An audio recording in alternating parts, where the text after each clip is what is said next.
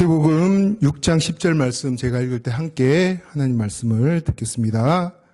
나라가 임하시오며 뜻이 하늘에서 이루어진 것 같이 땅에서도 이루어지이다. 아멘. 오늘 본문은 예수님께서 주기도문을 통해 하나님의 나라가 임하게 해달라고 기도해야 한다고 가르치고 나서 그 하나님의 나라를 통해 하나님의 뜻이 이 땅에서 이루어지게 해달라고 또한 기도해야 한다고 가르치고 있는 내용입니다. 하나님의 나라는 한마디로 하나님께서 다스리시고 통치하시는 나라입니다. 하나님의 나라에 있어서 가장 중요한 요소는 바로 하나님의 주권, 하나님의 통치라는 겁니다. 그렇기 때문에 하나님의 뜻대로 하나님의 나라가 세워지는 것이 가장 중요한 부분이라고 할 수가 있는 것입니다. 자, 지금도 이제 그것과 관련된 재판이 진행 중이지만 얼마 전 우리나라에 이제 비선실세라고 불리는 사람들이 있었다는 것을 안타깝게도 알게 되었습니다. 국민을 대신해서 국가를 돌보고 통치하라고 대통령을 선출을 했는데 알고 보니 그 뒤에 대통령 말고 다른 사람이 실질적인 어떤 권한을 가지고 통치하는 그런 이상한 일들이 있었던 것입니다.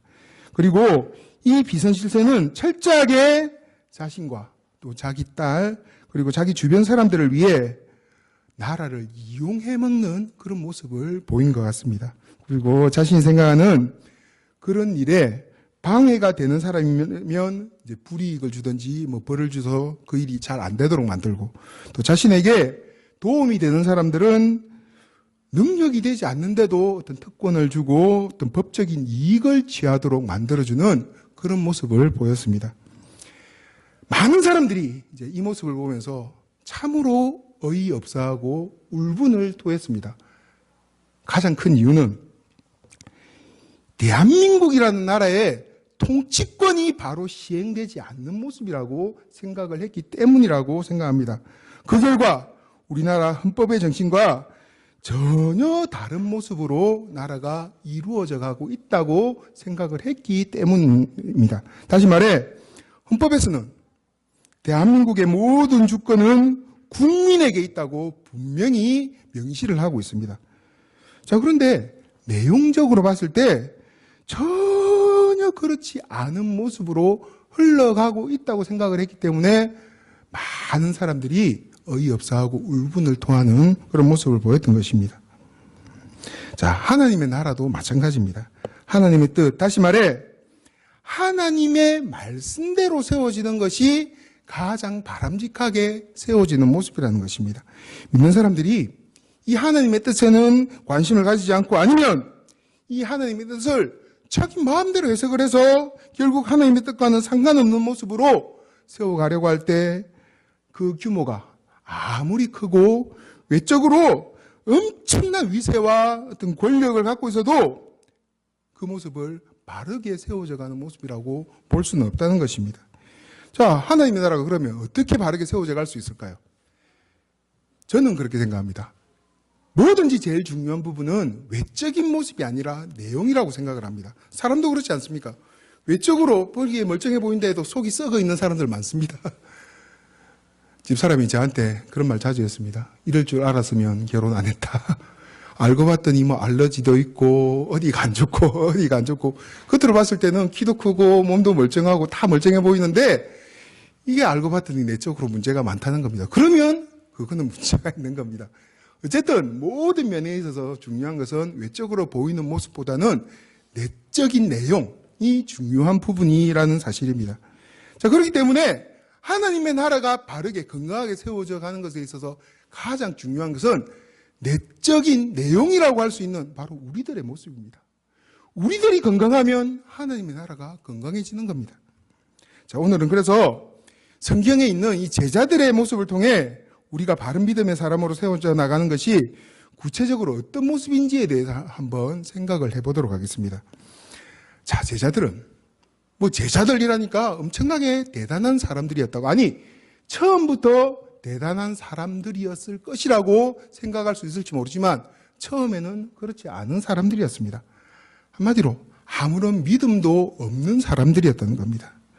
자, 이들은 이런 상태에서 제자로 부름을 받아 예수님이 하신 일을 직접 보고 또 그 가르치는 말씀을 들으면서 이제 자라가게 됩니다. 자, 그런데 그렇게 자라가면서도 이들이 갖고 있는 근본적인 시각은 변하지 않는 상태로 계속 존재를 했습니다.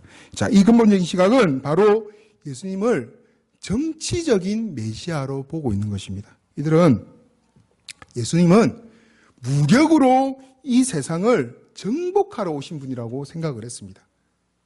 그래서 예수님이 그 힘을 가지고 그 능력을 가지고 이 세상을 정복해서 그 나라가 최고의 강대국으로 우뚝 세워질 때 자신들도 그 옆에 있으면 자연스럽게 떨어지는 떡고물을 받아 먹을 수 있을 것이라고 생각을 했던 겁니다. 그 나라에서 한 자리 차지해서 그 자리에서 권력을 차지해서 이제 평생 떵떵거리고 살아갈 수 있을 것이라는 마음을 가지고 예수님을 따라다녔다는 겁니다. 사실 당시 유대인들이 갖고 있던 메시아관이 바로 이런 내용들이었거든요. 자, 이 제자들도 기본적으로 유대인들이었기 때문에 그런 생각을 갖고 있는 사람들이었는데 안타까운 것은 예수님을 따라다니면서도 그 생각이 변하지 않은 채 계속 유지가 되고 있었다는 것입니다. 자, 우리는 이런 제자들의 모습을 보고 단지 예수님을 하나님으로 믿고 그 능력을 인정하는 것이 하나님이 원하는 바른 믿음의 내용이 아니라는 사실을 알 수가 있습니다. 제자들은 다른 이스라엘 백성들과 달리 예수님을 메시아로 믿었습니다. 자, 다른 이스라엘 사람들은 예수님을 메시아로 믿지 않았지만 그 제자들은 예수님을 메시아로 믿고 있는 사람들이었다는 겁니다. 그리고 가장 가까이서 예수님께서 하시는 일들을 봤기 때문에 그 예수님의 능력에 대해서도 참으로 잘 알고 있었습니다. 그러나 기본적으로 앞에서 말씀드렸듯이 예수님을 정치적인 메시아로 보고 있었기 때문에 그 마음이 변하지 않았기 때문에 예수님이 원하는 모습으로 그 믿음이 살아가지 않았던 겁니다. 보면서 계속 그 생각했던 겁니다. 아이고, 저 정도 같으면 죽은 사람도 살리네. 오병이의 기적도 일으키네. 풍랑도 잠잠케 하네. 야, 조금만 우리가 참고 잘 따라다니면 진짜 우리가 원하는 그거 얻을 수 있을 거야. 그 마음을 계속 가지고 예수님을 따라다니는 수준에서 벗어나지를 못했다는 것입니다. 자, 이것은 다르게 표현하면 제자들이 겉으로는 예수님을 스승으로 인정하고 섬기고 있었지만 사실은 예수님을 부려먹으려고 생각하고 있는 모습이라고도 볼 수가 있습니다. 제자들이 이런 마음을 갖고 있었기 때문에 그들은 예수님께서 십자가에서 죽으실 때 예수님을 통해 자신들의 그 꿈, 그 욕심을 이룰 수 없다고 판단을 해서 예수님을 배신하고 다 떠나는 모습을 보였던 것입니다. 예수님을 정치적인 메시아로 생각을 하고 있었기 때문에 예수님께서 십자가에서 달리실 때 떠나는 모습을 보이게 되었다는 겁니다. 우리도 마찬가지입니다. 지금 이 시대에도 예수님을 자신의 욕심과 어떤 꿈, 소원을 이루기 위한 수단으로 여기는 사람들이 의외로 많이 있는 것 같습니다. 자, 이런 사람들이 많이 있음을 알 수 있는 부분 중에 하나가 자기 나름의 방식으로 잘 믿었더니 자신의 욕심과 소원을 이뤘다고 말하는 사람들을 좋은 믿음을 가진 사람들로 보는 사람들이 많다는 것이라고 저는 생각합니다. 그런데 이런 일들에 대해 간증을 하고 더 나아가 간증 집회를 하러 다니는 사람들도 많습니다. 왜 그렇게 간증을 하는 사람들이 많고 간증 집회를 하는 사람들이 많을까요? 그런 데 대한 수요가 존재를 하고 있기 때문에 그런 겁니다. 그런 걸 좋은 믿음이라고 생각하는 사람, 나도 그렇게 되었으면 좋겠다는, 그러니까 믿음이라는 초점이 거기에 맞춰져 있는 사람들이 많기 때문에 그런 사람들이 자꾸 간증을 하러 다니고 간증 집회를 하러 다니는 겁니다. 심지어는 3년, 4년, 5년씩 간증 집회 예약이 다 차 있다고 말하는 그런 분들도 있습니다. 실제 그런 간증 집회 들어봤습니다. 딱 그겁니다. 열심히 신앙생활을 잘했더니, 열심히 기도를 했더니, 열심히 헌금을 드렸더니 하나님께서 더 크게 벌게 해주셨다. 더 사업이 잘 되게 해주셨다. 바로 그런 내용들인 겁니다. 자, 기억하십시오. 하나님이 원하는 믿음은 내 욕심이 하나님을 통해 채워지고 성취되는 것이 아니라는 사실을 말입니다. 반대로 나를 향한, 그리고 우리를 향한 하나님의 욕심과 하나님의 기대가 그대로 이루어지고 성취되는 모습이 믿음이 건강하게 자라는 모습입니다. 그래서 예전에는 중요하게 생각하지 않았고, 그 믿음이 자라기 전에는 중요하게 생각하지 않았고, 간절히 원하지 않았던 것들이 이제는 중요하게 생각되고 그렇게 살아가기를 간절히 원하는 마음을 갖게 되는 것. 이게 바로 믿음이 자란 모습이라는 겁니다. 그래서 그렇게 살기 위해 나의 가진 것을 사용하기를 아까워하지 않고, 더 나아가 그렇게 살아가게 하신 하나님께 감사하는 마음으로 나를 그렇게 바꾸신 하나님, 나를 그렇게 자라게 하신 하나님을 다른 사람들에게 증거하며 살아가는 것이, 그렇게 살아가려고 하는 것이 바로 건강한 믿음을 가진 모습이라고 할 수가 있다는 것입니다. 우리의 믿음에 있어서 주객이 전도되지 않았으면 좋겠다는 생각을 자주 해봅니다. 하나님이 주체가 되어야 합니다. 하나님이 원하는 모습으로 점점 나아가는 것이 가장 핵심적인 내용이라는 겁니다. 자, 이런 제자들이 오순절날 성령님 임함으로 예수님이 그들에게 가르쳐 주신 말씀대로 살아가며 그 말씀을 전하는 그런 사람으로 변화하는 일들이 일어나게 됩니다. 자, 그 이후 제자들의 모습을 구체적으로 살펴보면, 자, 먼저 사도행전 2장 37절을 보면 오순절날 성령님이 임하고 베드로가 오순절 성령 강림 사건 이후 그 성령에 충만하신 가운데 설교를 하는 장면을 볼 수 있습니다. 자, 베드로가 이렇게 설교를 하니까 사람들이 이렇게 반응을 일으킵니다. 저희가 이 말을 듣고 마음에 찔려 베드로와 사도들에게 물어 이르되 형제들아 우리가 어찌할꼬 하거늘. 어찌할꼬가 이게 어떤 의미입니까? 어떨 때 우리가 어찌할꼬 이런 반응을 보입니까? 말 그대로 어찌할 바를 모를 때, 너무 놀라서 너무 당황스러울 때 우리가 어찌할꼬 이런 반응을 보이지 않습니까? 어떻게 하면 좋겠나? 어떻게 하면 좋을지 모르겠다. 푹 주저앉는 바로 그 모습입니다. 자, 자신이 죄인이라는 사실을 인정하고 그것 때문에 두려워서 어쩔 줄 모르는 그런 모습을 보이게 되었다는 겁니다. 자, 그런데 여기서 우리가 어찌할꼬 이 반응을 보인 사람들이 누구였냐? 바로 예수님을 잘 믿는 사람들이 아니었습니다. 예수님을 잘 믿는 사람들에게 베드로가 설교하니까 은혜를 받아서 우리가 어찌할꼬 이런 반응을 보인 것이 아니라는 겁니다.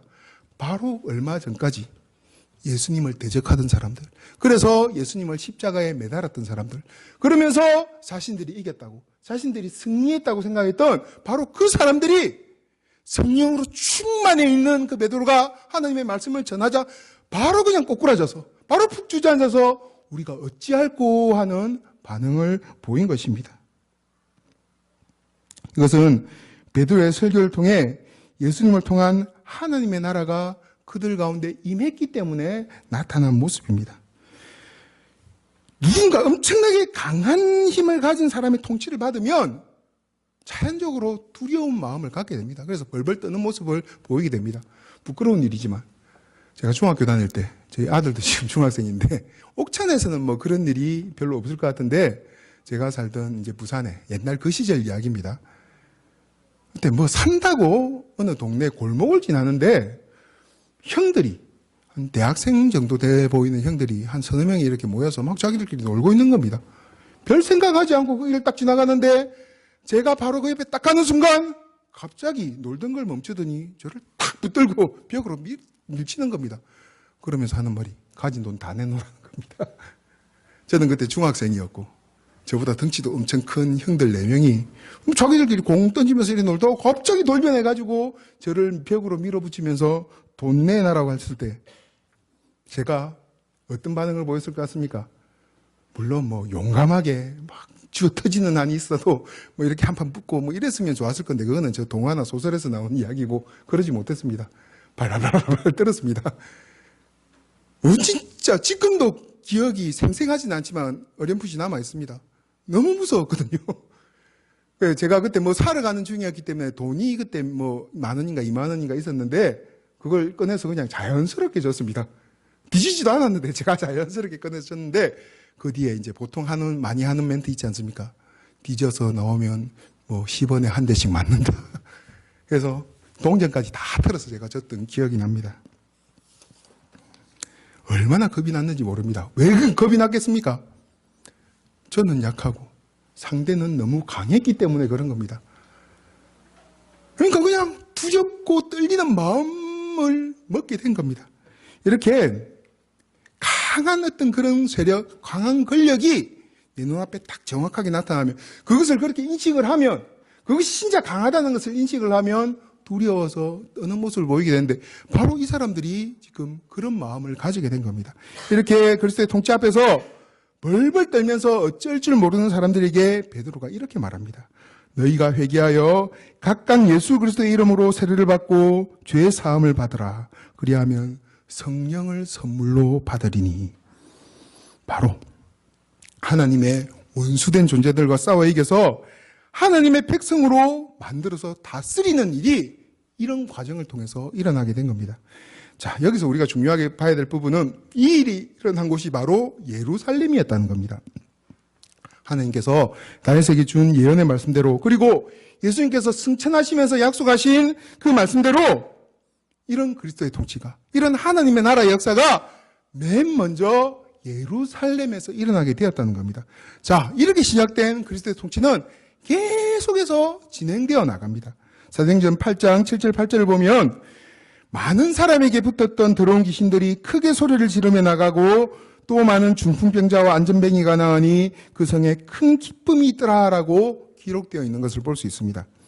자, 그리스도의 통치가 임하기 전에는 더러운 귀신들이 사람 속에 들어와서 그 사람을 지배하고 있었는데, 이제 그리스도의 통치가 임하니까 그 사람에게서 더러운 귀신들이 다 쫓겨나는, 다 나가는 일들이 일어나게 되었다는 겁니다. 하나님의 나라를 통한 그리스도의 통치가 이런 모습으로 실현이 된 겁니다. 귀신이 지배하던 곳에서 귀신이 쫓겨나는 것은 구약에서 예언한 하나님의 나라의 가장 전형적인 모습이라고 할 수 있습니다. 하나님의 나라가 임할 때 나타나야 될 약속된 가장 대표적인 모습이 바로 귀신이 쫓겨나는 모습이기 때문입니다. 자, 그런데 이 일이 일어난 곳이 어디냐? 바로 사마리아입니다. 자, 예루살렘을 거쳐 사마리아에도 이제 하나님의 나라가 임하게 된 겁니다. 이것은 그리스도의 통치가 예루살렘에서부터 시작되었지만 거기서 머물지 않고 계속해서 진행되어 나갔다는 사실을 우리에게 보여주는 겁니다. 예수님께서 승천하시면서 하신 그 약속의 말씀대로 하나님의 나라는 멈추지 않고 예루살렘과 온 유대와 사마리아와 땅끝까지 이르는 그런 모습으로 진행되어 나간 것입니다. 자, 이렇게 그리스도의 통치권이 계속해서 진행되어 가는데 그렇게 하다가 지금 우리에게까지 온 겁니다. 여기까지 그리스도의 통치권이 진행되어 나가서 바로 이곳 옥천에 이 제1옥천교회가 세워지게 되었다는 겁니다. 자, 그러면 이제 우리를 통해 또 진행되어 나갈 필요가 있는 겁니다. 우리에게서 멈춰서는 안 된다는 겁니다. 하나님은 하나님의 나라가 땅끝까지 이르기를 원하고 있습니다. 여기가 땅끝이 아니지 않습니까? 저 해남 땅끝 마을까지 가야 된다는 말이 아니라 계속해서 끝까지 진행되어 나가야 된다는 겁니다. 마지막 한 사람에게까지 바로 우리를 통해서 하나님께서 그 일을 하고 싶어 한다는 사실을 분명히 기억할 수 있기를 바랍니다.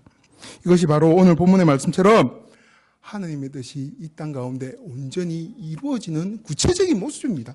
글쎄, 통치권이 땅끝까지 확장되어 나가는 것, 그게 바로 하나님의 뜻이 이 땅 가운데 이루어지는 모습이라는 사실입니다.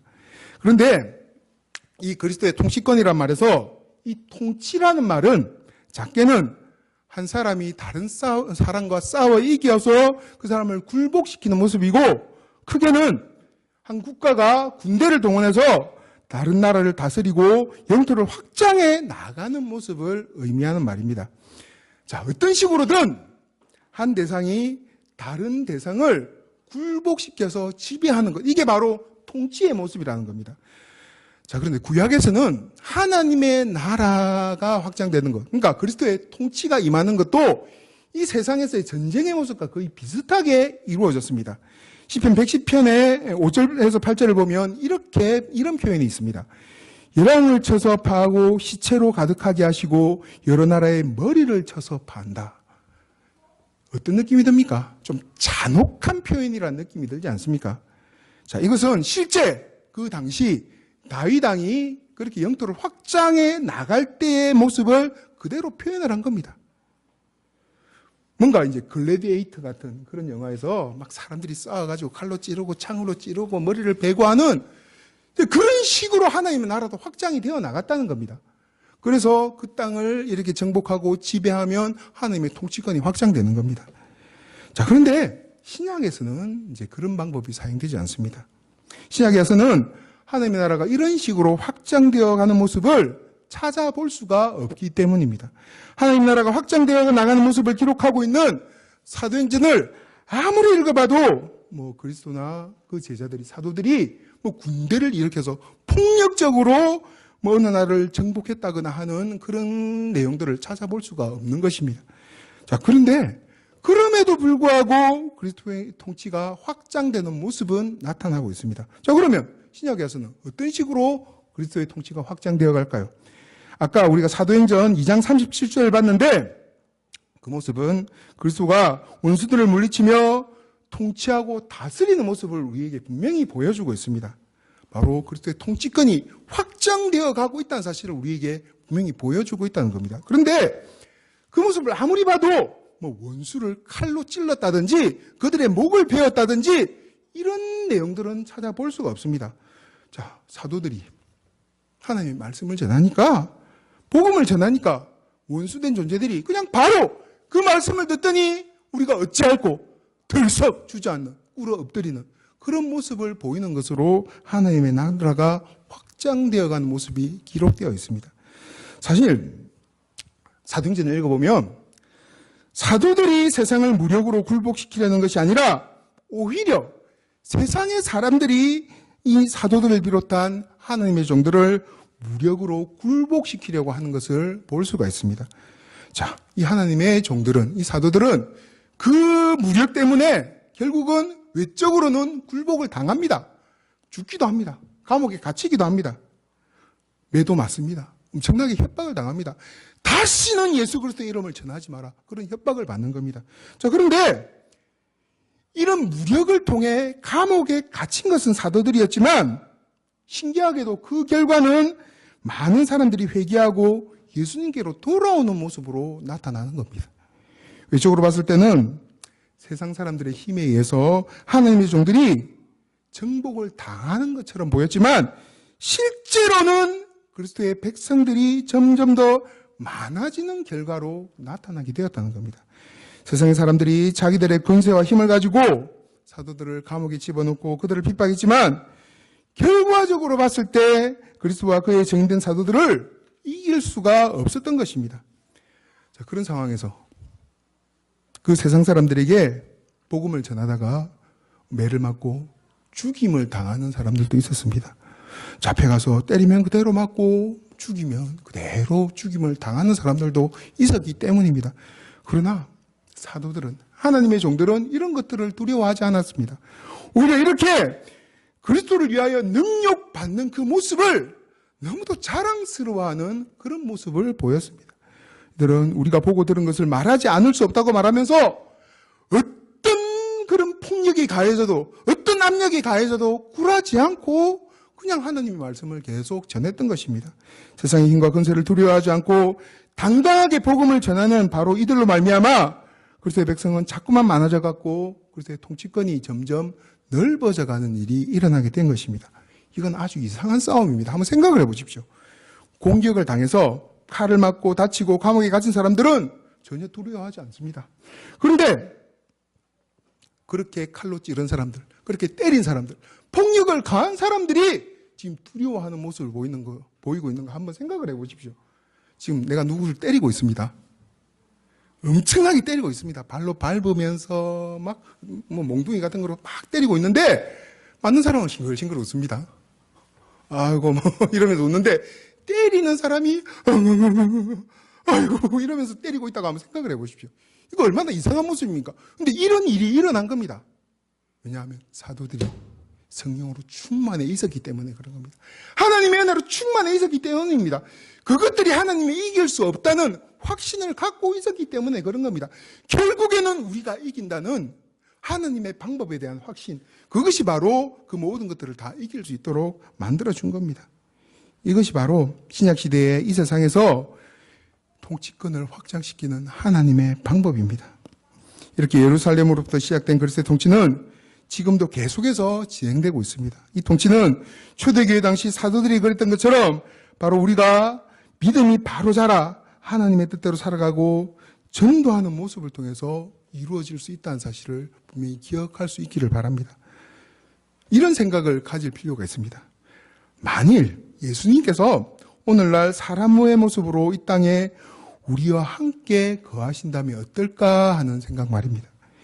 2000년 전에 친히 이 세상에 오셔서 그렇게 하신 것처럼 아픈 사람을 낫게 하시며 가난한 자에게 복된 소식을 전해주시고 슬픈 사람과 눌린 사람에게 해방을 주셔서 은혜의 빛 가운데로 인도하시고 또 주님을 강렬히 원하는 사람들에게 가서 그 팔을 벌려서 위로하시고 필요를 채워주시는 일을 주님께서 이 땅에 계시면 친히 하실 것입니다. 자, 그런데 지금은 주님께서 그때처럼 이 땅에 직접 계시지 않습니다. 2000년 전 그때처럼 몸으로 우리와 함께 하시지는 않는다는 것입니다. 그래서 예수님께서는 바로 그 일을, 예수님께서 이 땅 가운데 하시기 원하는 그 일을 계속해서 하기 위해서 지금 우리들을 사용하기 원하고 있는 겁니다. 저와 여러분들을 바로 그 일을 위해 사용하기를 원하고 계신다는 겁니다. 즉 예수님의 생명력을 우리가 먼저 공급을 받아서 그 생명력을 다른 사람들에게 전하는 일을 지금 하고 싶어 한다는 겁니다. 그래서 지금 우리가 예배를 드리고 있는 겁니다. 그래서 우리가 말씀을 봐야 하는 겁니다. 그래서 우리가 기도를 해야 되는 겁니다. 우리 속에서 그리스도의 생명력이 있어야지 다른 사람들에게 전할 수 있으니까 말입니다. 그렇기 때문에 우리가 살아가는 이 목적에는 이 부분이 반드시 포함되어 있어야 합니다. 다양한 일을 하면서 살아갈 수 있습니다. 여기 지금 하은이 앞으로 뭐 비전이었든지 꿈이었든지 저는 잘 모르지만 뭐 교사가 될 수도 있고 그냥 회사를 다닐 수 있고 사업을 할 수 있고 아빠처럼 또 뭐 공부방을 할 수도 있고 뭐 여러 가지 모습으로 살아갈 수 있습니다. 근데 어떤 일을 하든지 그 일을 하는 목적에 이 부분이 포함될 필요가 있다는 겁니다. 그 부분이 뭐냐? 바로 사람들이 그 일 가운데 나를 만나는 사람들이 나를 통해 하나님의 생명력을 공급받도록 해야 된다는 그 목적 말입니다. 어떤 일을 하든지 바로 그 목적이 포함되어 있어야 한다는 겁니다. 세상의 현장에서 내가 하는 일 때문에 나는 유명해지고 나는 인정을 받고 나는 돈을 많이 벌고 나는 대접을 받는데 주위의 사람들은 그 일 때문에 나를 만나는 사람들은 나로 인해 예수님을 알게 되고 하나님의 사랑을 경험하는 일이 일어나지 않는다면 세상적으로는 성공한 모습이고 잘 사는 모습일지 몰라도 하나님의 백성으로서는 잘 사는 모습이 아닐 가능성이 많기 때문에 그런 것입니다. 나를 통해 그리스도의 생명력이 그들에게 전달되지 않으면 하나님의 관점에서 봤을 때는 결코 잘 사는 모습이 아닐 수가 있다는 겁니다. 우리는 세례 요한이 한 말을 항상 명심할 필요가 있습니다. 뭐 여러 가지 많은 말들을 했지만 바로 그는 흥하고 나는 쇠하여야 하리라. 자, 여기서 중요한 것은 내가 쇠한다. 즉 내가 망해야 된다. 그게 중요한 게 아닙니다. 하나님이 흥하도록 하기 위해서 나는 망해도 좋다는 마음으로 살아가는 모습이 필요하다는 겁니다.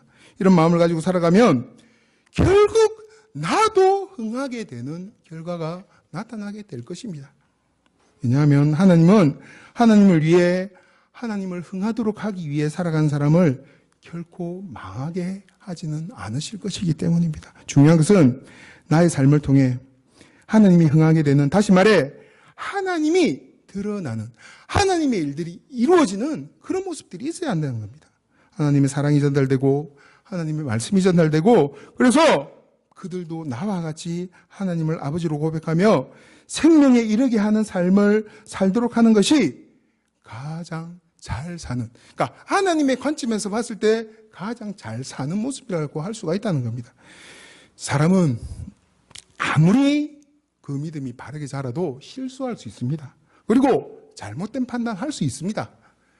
모든 삶의 부분에 있어서 우리가 완벽하게 살아야 된다는 강박관념은 저는 가질 필요가 없다고 생각합니다. 저도 목사지만 잘못 살아가는 부분이 있습니다. 다 마찬가지일 거라고 생각합니다. 사실 아까 지금 베드로가 설교를 하니까 엄청나게 많은 사람들이 한 번에 회심을 하게 됐다고 했는데 이 베드로도 잘못 살아갔던 적이 있는 사람입니다.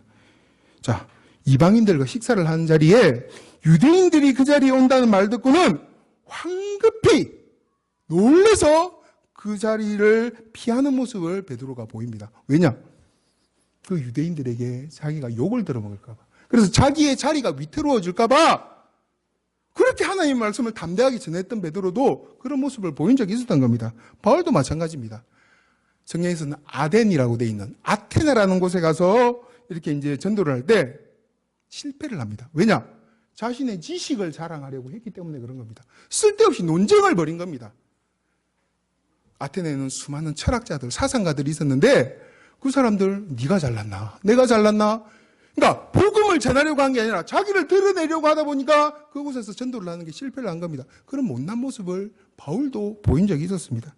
그러나 그럼에도 불구하고 그들은 하나님이 사용한 사람이고 바른 믿음의 사람이라고 우리가 인정을 하는 것은 그들이 추구하는 기본적인 삶의 방향과 그들이 갖고 있는 구체적인 삶의 방식들이 하나님의 마음에 합한 사람들이었기 때문에 그런 겁니다. 그러니까 구체적으로 봤을 때는 실수도 하고 잘못된 판단을 했지만 그 방향이 하나님이 원하는 방향으로 가고 있는 사람들이었기 때문에 그래서 그 열매가 하나님이 원하는 열매로 나타나기 때문에 그들을 바로 하나님의 마음에 합한 사람들이라고 우리가 본다는 겁니다. 자, 어떤 마음을 가지고 살아가느냐가 중요하다는 겁니다. 무엇을 중요하게 생각하느냐, 무엇을 우선적으로 생각하느냐, 무엇을 가치 있게 생각하느냐가 제일 중요한 부분이라는 겁니다. 하나님의 나라를 확장시키는 것. 지금 내가 서 있는 바로 그곳에서 어떻게든 하나님의 나라를 확장시키는 것이 중요하다는 마음을 가지고 내가 할 수 있는 대로 노력을 하면서 그것 때문에 만약 손해를 본다면 그런 손해도 감수하면서 살아가고자 하는 그런 마음을 가지고 살아가는 것이 참으로 중요한 부분이라는 겁니다. 그러면 하나님께서 그 마음을 가진 사람을 사용해서 다시 말해 바로 그 사람을 통해 역사하셔서 그런 일들이 이루어지도록 해주시기 때문입니다.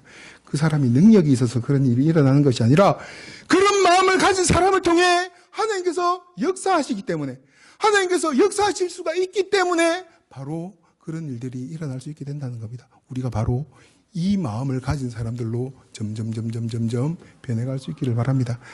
사실 참 힘든 세상에서 척박한 세상에서 그런 마음을 가지고 살아간다는 거 쉽지 않은 일입니다. 그러니까 제정신으로는 사실은 안 되는 일입니다. 은혜가 반드시 필요합니다. 하나님이 역사해야지 그런 마음을 가질 수 있습니다. 하나님께서 계속 내 마음을 두드려서 내 마음을 도전해서 결국에는 그런 마음을 갖도록 하실 때 이것이 중요하구나. 이것이 참으로 가치 있는 일이구나 생각을 하면서 우리가 살아갈 수 있게 된다는 겁니다. 바로 그렇게 계속해서 마음을 두드리는 작업도 할 수 있었으면 참 좋겠습니다. 어쨌든 우리의 삶의 여러 가지 영역들에 있어서 가장 중요한 일이 이 일이라는 그런 중심의 고백을 가지고 살아가는 저와 여러분들이 될 수 있기를 간절히 바랍니다. 하나님 감사합니다.